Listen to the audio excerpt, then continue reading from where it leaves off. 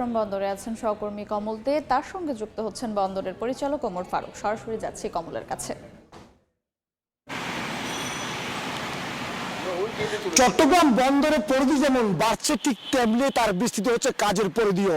এক্ষেত্রে নাব্য সংকট একটা গুরুত্বপূর্ণ কারণ। বড় বড় জাহাজ ভিড়বে চট্টগ্রাম বন্দরে, বেশি ভিড়বে মাতারবাড়ি কিংবা বেড টার্মিনালে, প্রয়োজন ড্রেজারের। সে বিষয়ে আমরা কথা বলবো পরিচালক প্রশাসন ওমর ফারুক যোগ দিচ্ছেন আমাদের সে আলোচনায়। ফারুক, আপনাকে স্বাগত জানাচ্ছি। আপনার কাছে জানতে চাইবো, এই মুহূর্তে চট্টগ্রাম বন্দরে কর্মপরিধি কোথাতে আগে ছিল 6 নটিক্যাল মাইল, এখন কতটুকু পর্যন্ত বিস্তৃত হয়েছে? চট্টগ্রাম বন্দরের যে সীমানা সেটা আগে 6 নটিক্যাল মাইল ছিল, এখন সেটা একেবারে মাতারবাড়ি থেকে শুরু করে এদিকে সীতাকুণ্ড পর্যন্ত বিস্তৃত হয়েছে প্রায় 52 নটিক্যাল মাইলের মতো। তো পুরো এলাকাটাই এখন বন্দরের নিয়ন্ত্রণে, এবং আমরা এই চট্টগ্রাম বন্দরের যে আউটার অ্যাঙ্করেজে 3টে এরিয়া আছে, আলফা অ্যাঙ্করেজ, ব্র্যাভো এবং চার্লি অ্যাঙ্করেজ, এই 3টে অ্যাঙ্করেজকে আমরা সার্বক্ষণিকভাবে ড্রেজিং করে সচল রাখতে হয়। তাছাড়া আমাদের চ্যানেল, যেটা বন্দর অভ্যন্তরে ঢুকার এবং বের হওয়ার, এই চ্যানেলকেও আমাদের সার্বক্ষণিক রুটিন মেনটেন্যান্স ড্রেজিং করতে হয়। আমরা যত রোজ আপনার ড্রেজারের জন্য একটি মাত্র ড্রেজার আছে খনক, সেটা দিতে মেনটেন করতে হচ্ছে। হ্যাঁ, আমাদের অনেক দিনের পুরনো 90 সালের কেনা এটা একটা ড্রেজার আছে খনক।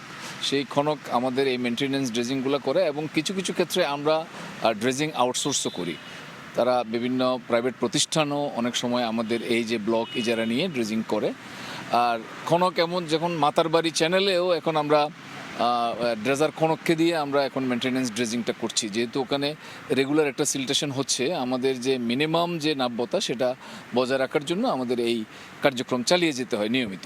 আমরা যতটুকু জানি মাতারবাড়ি এবং একই বে টার্মিনাল দুটো নতুন করে বন্দর হিসেবে গড়ে উঠবে, সেখানে কিন্তু ডেপথটা বেশি, যেটা খনক দ্বারা সম্ভব না। তাহলে মাতারবাড়ি এবং বে টার্মিনালটা মানে ড্রেজিংটা আপনারা তাহলে কীভাবে করবে, এবং সেক্ষেত্রে কী পদক্ষেপ নিচ্ছে বন্দর? হ্যাঁ, এটা ঠিক বলেছেন। মাতারবাড়ি এবং বে টার্মিনালে যদি আমাদের ভবিষ্যতে নিজস্ব উদ্যোগে এবং নিজেদের ব্যবস্থাপনায় ড্রেজিং করতে হয়, তাহলে আমাদের ড্রেজার প্রকিউর করতে হবে, উন্নত মানের ড্রেজার। সেই হিসাবে আমাদের এখন ফিজিবিলিটি হচ্ছে, আমাদের এখানে 2টা হপার ড্রেজার এবং 2টা ওয়াটার ইনজেকশন ড্রেজার। তো সেগুলো কেনার ব্যাপারে আমরা এখন ফিজিবিলিটি করছি। সো ফিজিবিলিটি করার পরে এটা ডিপিপি হবে, দেন পরবর্তী প্রকিউরমেন্ট ফেজে যাবে। এই যে আধুনিক ড্রেজারের কথা বলছেন, আমাদের চট্টগ্রাম বন্দরের চেয়ারম্যান রিয়ালিটি আছে মনিরুজ্জামান, যেটি বলেছেন যদি নিজস্ব ড্রেজিং ব্যবস্থা বহরে যুক্ত হয় তাহলে প্রায় বছরে 300 কোটি টাকা সাশ্রয় হবে।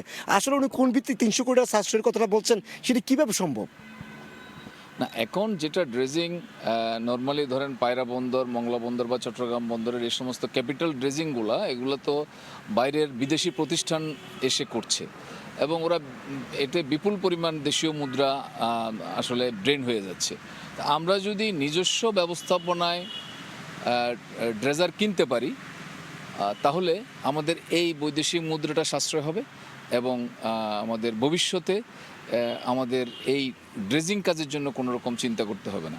বন্দর চ্যানেল সচল রাখা এবং বন্দরের এরিয়াটা নাব্যতা ঠিক রাখা, সব মিলিয়ে আমাদের এটার কোনো বিকল্প নেই। সহসা কাজ শুরু হচ্ছে মাতারবাড়ি, সহসা কাজ শুরু হচ্ছে বে টার্মিনালের, এবং বন্দরও নিয়মিত ড্রেজিং চালিয়ে যেতে হচ্ছে। তাহলে কবে নাগাদ এই বহরের মধ্যে ড্রেজারগুলো যুক্ত হবে বলে আপনারা মনে করছেন? এটা একটু সময় সাপেক্ষ, এখন মাত্র ফিজিবিলিটি হচ্ছে। ফিজিবিলিটি শেষ হওয়ার পরে অন্যান্য প্রক্রিয়াগুলো সমাপ্ত করে ফাইনালি এটা প্রকিউরমেন্ট ফেজে যেতে হয়তো আমাদের আরও 7-8 মাস বা 1 বছরও সময় লেগে যেতে পারে। এই সময়টা আপনারা কাভার করবেন কিভাবে? এই সময় আমাদের বর্তমান যে রুটিন মেনটেন্যান্স ড্রেজিং হচ্ছে, আমাদের খনকের মাধ্যমে যতটুকু সম্ভব আমরা করব। তাছাড়া আমাদের ধরেন বে টার্মিনালের যে ড্রেজিং অংশটা, সেটার জন্য তো আমরা একটা বাইরের আন্তর্জাতিক ঠিকাদার তো নিয়োগই হবে। চ্যানেল ড্রেজিং, চ্যানেল এবং এবং বেটার ব্রেক ওয়াটার, এই 2টা কাজের জন্য। সুতরাং এগুলা যদি কন্ট্রাক্টের মাধ্যমে হয়ে যায়, নেক্সট আমরা এটা হওয়ার পরে রুটিন মেনটেন্যান্স ড্রেজিং যেগুলো, সেগুলো আমরা আমাদের নিজস্ব ড্রেজার দিয়ে আশা করি করতে পারবো। কত আকৃতির জাহাজ সেখানে ঢুকতে পারবে বলে মনে করছেন ড্রেজিং হলে? এখানে ধরেন আমাদের তো মিনিমাম 12 মিটার ড্রাফট বে টার্মিনালে, এবং মাতারবাড়িতে প্রায় 16 মিটারের ড্রাফট। সুতরাং সেই পরিমাণ এখন 4 থেকে 5 হাজার টিউজবাহী কন্টেনার আমাদের বে টার্মিনাল আসতে পারবে, এবং 6, 7 বা 8 হাজার টিউজ নিয়ে মাতারবাড়িতে আসতে পারবে।